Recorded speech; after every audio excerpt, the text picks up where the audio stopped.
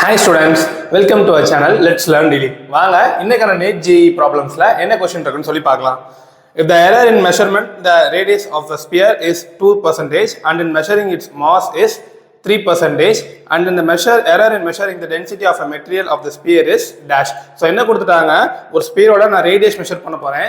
So R measure பண்ணும்போது del r by r ஓட value எனக்கு எவ்வளோ இருக்குன்னா 2% இருக்கு. சரியா? அதே இது measuring the mass.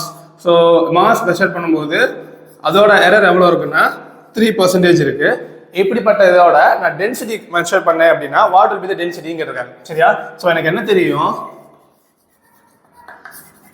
Density equal to mass by volume. சரியா?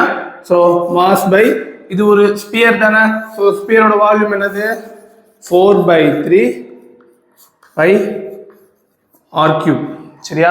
ஸோ அப்போ என்ன ஆயிரும் 3/4 m/r cube இருக்கும். இப்போ இதெல்லாம் கான்ஸ்டன்ட்ஸ், இதெல்லாம் நமக்கு தேவையில்லை, இந்த டேர்ம்ஸ்லாம் விட்டுரும். சரியா?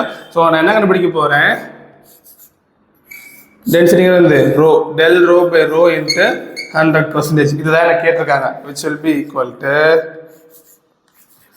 del m/m into 100% plus r cube. அப்போ 3 டைம்ஸ் இருக்கு, 3 into del r by r into 100. ஆக்சுவலா இதுவே எனக்கு பெர்சன்டேஜில் தான் இருக்கு. சரியா? அப்போ del m/m 100% என்ன போட்டுக்கலாம், 3% plus 3 into del r by r 100% 2% into 2.